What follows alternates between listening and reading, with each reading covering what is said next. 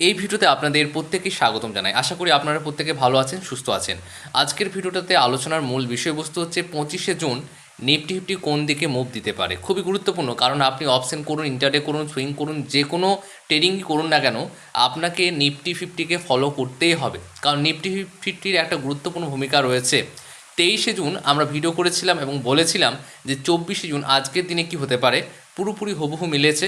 এছাড়া আমরা বিগত বেশ কয়েকদিন ধরে যে সমস্ত ভিডিওগুলো করে আসছি, আপনারা যদি ভালো করে লক্ষ্য করেন তাহলে বুঝতে পারবেন যে আমাদের অ্যানালিসিস অনেকটাই মিলছে। আপনারা চাইলে দেখতে পারেন। তাহলে চলুন একদম নিফটি ফিফটি চার্টের মধ্যে চলে যাই এবং দেখে নিই যে কালকে কি হতে পারে। এবং আপনাদের জন্য কিছু পরামর্শ আমার রয়েছে, অবশ্যই সেগুলো একটু শুনতে পারেন আপনাদের ইচ্ছে। সমস্ত কিন্তু এডুকেশনাল পারপাস বলা হবে। কি বলেছিলাম 23শে জুন বলেছিলাম যে নিফটি ফিফটি 24শে জুন কিছুটা গ্যাপ ডাউন ওপেনিং হবে। সেটা কোথায় হতে পারে? 23,800 দিকে। তারপরে আবার রিকভারি করে 24,000কে টাচ করবে। আমরা এটা কিন্তু বলেছিলাম। আপনারা চাইলে 23শে জুনের ভিডিওটা দেখতে পারেন। তেমনটাই হয়েছে, দেখতে পারেন যে নিফটি কী হয়েছে, আজকে ওপেনিং হয়েছে কোথায়? ওপেনিংটা হয়েছে আমাদের, আমরা দেখে নেবো একবার ওপেনিংটা কোথায় হয়েছে। হ্যাঁ, নিফটিও আজকে ওপেনিংটা হয়েছে এখানে 23,810 সামথিং নিচে নেমেছিল, একদম নেমেছিল 23,793 পর্যন্ত। মানে আমাদের ঠিকঠাক একদম সাপোর্ট রেজিস্ট্যান্স কাজ করছে। এবং কি বলেছিলাম যে মার্কেট 24,000 লেভেলটাকে টাচ করবে। হ্যাঁ, 24,000 লেভেলটাকে টাচ করেছে এবং 24,082 পর্যন্ত গিয়েছিল এবং একটু ডাউন হয়েছে। নেক্সট দিন অর্থাৎ কালকে কি হতে পারে গুরুত্বপূর্ণ, কারণ কালকের দিনটা গুরুত্বপূর্ণ। এছাড়া আমরা দেখতে পাচ্ছি ক্রুড অয়েলের প্রাইস কিন্তু ডাউন হয়েছে। অন্যদিকে আজকে আইটি সেক্টর কিন্তু একটু রিকভার করেছে।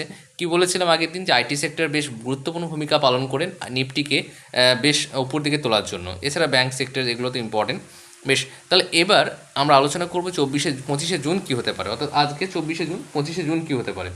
25শে জুন যেটা হতে পারে, নিফটি 24,100 কাছাকাছি একটা গ্যাপ আপ ওপেনিং হওয়ার পরে 24,150 থেকে 100-র মধ্যে একটা এরকমভাবে একটা আপ ডাউন কনসোলেট করবে। তারপরে হয়তো শেষ দিক করে দুপুর 2টোর পরে একটা ব্রেকআউট আসতে পারে। এবং বাই চান্স যদি কোনো মারাত্মক কোনো খবর চলে আসে মার্কেটে, যেটা যেটা আনএক্সপেক্টেড, তাহলে কিন্তু 24,800-তে ওপেনিং হতে পারে, কিন্তু সম্ভাবনা খুবই কম।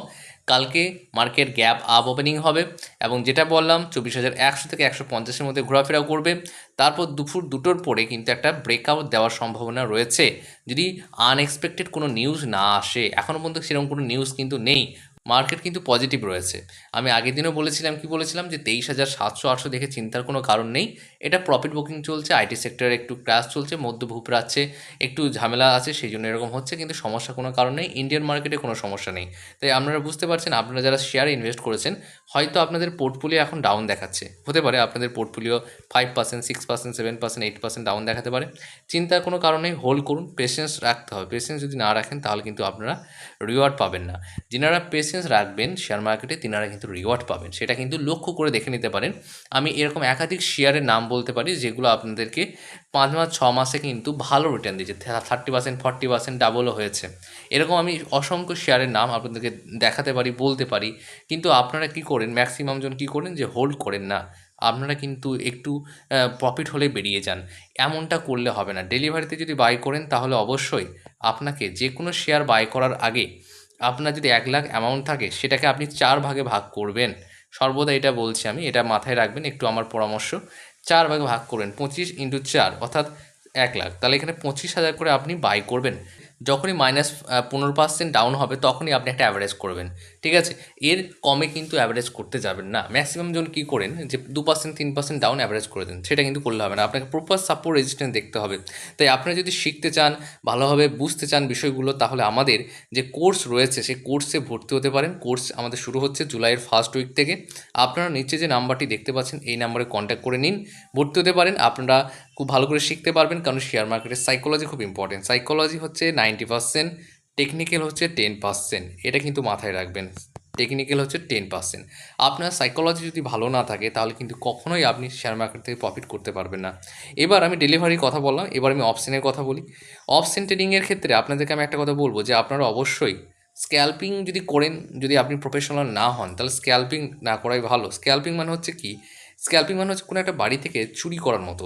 অর্থাৎ মার্কেটটা হচ্ছে একটা মার্কেট, এই মার্কেটে আপনি ঢুকে কিছুক্ষণ প্রফিট নিয়ে বেরিয়ে যাবেন, প্রফিট হলে বেরিয়ে যাবেন, মানে সঙ্গে সঙ্গে যেটা যেটা হাই ফ্রিকোয়েন্সি ট্রেড যেটাকে বলা হয় HFT, এগুলো কিন্তু যারা বড় বড় ট্রেডার রয়েছে, যাদের অনেক টাকা রয়েছে, তেনারা কিন্তু এইচএফটি করেন, মানে হাই ফ্রিকোয়েন্সি ট্রেড করেন, অর্থাৎ মিলি সেকেন্ডের মধ্যেও কিন্তু তেনারা বেরিয়ে যান। এই বিষয়টা কিন্তু এর জন্য ডাইরেক্ট কিন্তু এনএসসি বিএসসি সার্ভারের প্রয়োজন হয়, সেগুলো কিন্তু আমাদের মতো সাধারণ মানুষের পক্ষে সম্ভব নয় সেইগুলোকে পারচেস করা।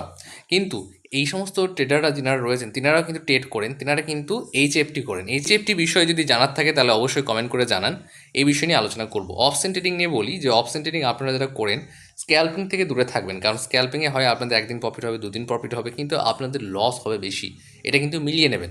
সবসময় পজিশনাল ট্রেড করবেন। পজিশনাল ট্রেড কীভাবে করবেন সেটা হচ্ছে, আজ টুইসডে যদি নিফটি এক্সপায়ারি হয় তাহলে আপনি কি করবেন, পজিশনাল ট্রেড করার জন্য অবশ্যই টুইসডে নয়, তার নেক্সট উইকের আপনি প্রিমিয়াম বাই করবেন। এর ফলে কী হবে, মেল সহজে হবে না, আর আপনার ডাইরেকশন যদি ঠিকঠাক থাকে, আপনার যদি এখানে সাপোর্ট রেজিস্ট্যান্স ঠিকঠাক আপনি বুঝতে পারেন, যেমন ধরুন এখানে মার্কেট আপ ডাউন হয়েছে, আপ গিয়েছে, ডাউন হয়েছে, আপ হয়েছে, আবার একটা সম্ভাবনা রয়েছে এখানে হালকা ডাউন হয়ে একটা ব্রেকআউট দেওয়ার সম্ভাবনা রয়েছে।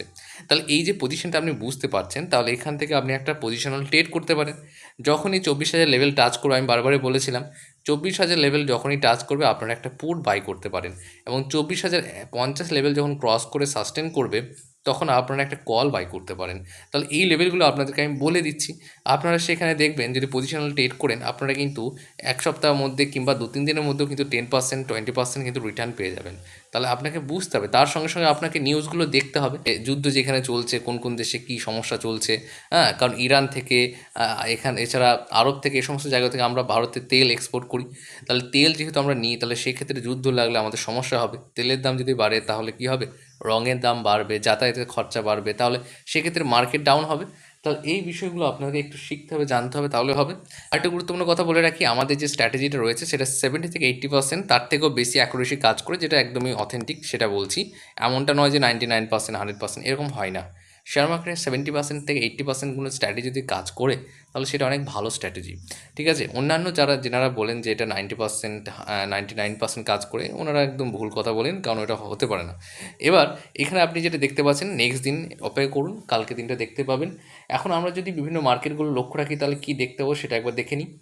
আমরা দেখেছি যে ক্রুড অয়েলের প্রাইস কিন্তু অনেকটা ডাউন আছে, যেটা ইন্ডিয়ান মার্কেটের ক্ষেত্রে খুবই ভালো। ক্রুড অয়েলের প্রাইস ডাউন মানে কি, যে অপরিস্থিতি তেলের দাম কমছে, মানে আমরা অন্যান্য শেয়ার মার্কেটে বেশ বুম দেখতে পাবো। এখন গিফট নিফটি চলছে 24,053-তে চলছে, অর্থাৎ এই জায়গাতে চলছে। গিফট নিফটি হচ্ছে নিফটির ফিউচার। ডাউজন্স ভালো চলছে, ন্যাসড্যাক ভালো আছে, S&P 500 ভালো আছে, না এখানে সমস্ত কিছু ভালো আছে, এবং 4% ডাউন আছে ক্রুড অয়েল। কাল কিন্তু আমাদের অ্যানালিসিস মিলার সম্ভাবনা অনেক বেশি রয়েছে। আপনারা লক্ষ্য রাখুন, যে সমস্ত শেয়ারগুলোকে আপনি বাই করেছেন হোল্ড করুন। এবং এনএসসি যে আইপিওর কথা বলেছি সেই ভিডিওটা অবশ্যই দেখে নেবেন। এনএসসি ন্যাশনাল স্টক এক্সচেঞ্জ বিএসসিতে লিস্ট হচ্ছে, এবং সেই ক্ষেত্রে আপনাদের কে বলতে পারি যে যখনই আপনারা বাই করবেন 1 বছরের জন্য হোল্ড করবেন, কিংবা একটা কাজ করতে পারেন, কি বলেছি, যে সঙ্গে সঙ্গে বাই করতে পারেন যখনই লিস্ট হবে, তারপরে 20 থেকে 30% প্রফিট হলেই বুক করবেন, এবং তারপরেও 2 দিন পরে আবারও আপনি লং টার্মের জন্য বাই করে নেবেন। অর্থাৎ আপনার এখানে সুইংও হয়ে গেল, আবার আপনার লং টার্মের বাইও হয়ে গেল, এবং লং টার্মে এনএসসি অনেক ভালো রিটার্ন দেবে। আপনারা বিএসসি দেখেছেন, যে বিএসসি যদি আপনারা করোনার সময় কখনো যদি বাই করে নিতেন 1,00,000 টাকার, তাহলে অবশ্যই আজকে আপনি মোটামুটি 1 কোটি টাকার কাছাকাছি প্রফিটে থাকতেন। তাহলে এই সমস্ত বিষয়গুলো আপনাকে লক্ষ্য রাখতে হবে। এনএসসি বিএসসি শেয়ার কখনোই খুব একটা সমস্যা করবে না, লং টার্ম আপনাকে ভালো রিটার্ন দেবে। যতদিন শেয়ার মার্কেট রয়েছে ততদিন এনএসসি বিএসসি রয়েছে। এমসিএক্স যেটা মেটাল সেক্টরে, সেটাও ইম্পর্টেন্ট। আরও ভালো ভালো শেয়ার আছে, সুইং ট্রেডিংয়ের শেয়ার আমরা শেয়ার করে থাকি, অপশন শেয়ার করে থাকি। আপনারা যারা এখনও পর্যন্ত আমাদের ফ্রি হোয়াটসঅ্যাপ গ্রুপে যুক্ত হননি, অবশ্যই ফ্রি হোয়াটসঅ্যাপ গ্রুপে যুক্ত হয়ে যান। আমার তরফ থেকে কোনো রকম বাই সেলের রিকমেন্ডেশন নেই। Thank you.